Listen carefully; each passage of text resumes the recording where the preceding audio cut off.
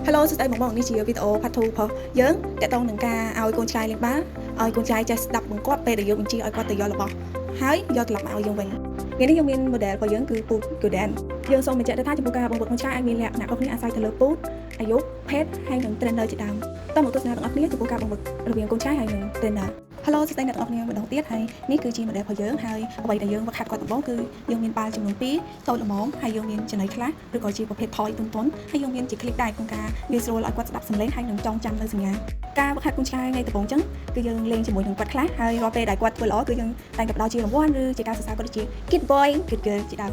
ការបង្វឹកនៅក្នុងវគ្គនេះគឺរៀងពិបាកសម្រាប់ trainer តែអញ្ចឹងយើងទាមទារឲ្យកូនឆ្កែគាត់មានអារម្មណ៍ស្ងប់ព្រោះនៅពេលដំបូងដែលគាត់ជួបយើងគឺគាត់ស្រឡាញ់របស់នឹងខ្លាំងមែនទែនដូចនៅក្នុងវីដេអូនេះយើងមានជាបាល់គឺគាត់ចូលចិត្តបាល់នៅពេលដែលគាត់ឃើញបាល់អញ្ចឹងគាត់ហក់មកទៅយើងទៅអញ្ចឹងគឺមានជា trainer ត្រូវចេះការពារខ្លួនទម្លាប់នៃការវឹកហាត់នេះគឺយើងធ្វើដដែលតែនៅក្នុងមួយថ្ងៃយើងអាចធ្វើពី10ទៅ20នាទីអាស្រ័យទៅលើកូនឆ្កែដែរបងទាំងអស់ការបង្វឹកនៅក្នុងវគ្គនេះពិតជាផ្ដល់អត្ថប្រយោជន៍មែនទែនចំពោះកូនឆ្កែហើយនិងម្ចាស់កូនឆ្កែធ្វើឲ្យកូនឆ្កែចេះស្ដាប់បង្គាប់ម្ចាស់នៅពេលដែលគាត់ចង់បានរបស់អីមួយគាត់ត្រូវទៅធ្វើការរងចាំចំពោះម្ចាស់ក៏ដូចគ្នាដែរអាចយល់បានយ៉ាងច្រើនពីអាកប្បកិរិយាឬអ្វីដែលកូនឆ្កែចង់បានគ្នាជួយកែទម្លាប់កុំឲ្យកូនឆ្កែខំរបស់ដែលផ្ដាស់នៅក្នុងផ្ទះក៏ដូចជានៅខាងក្រៅផ្ទះ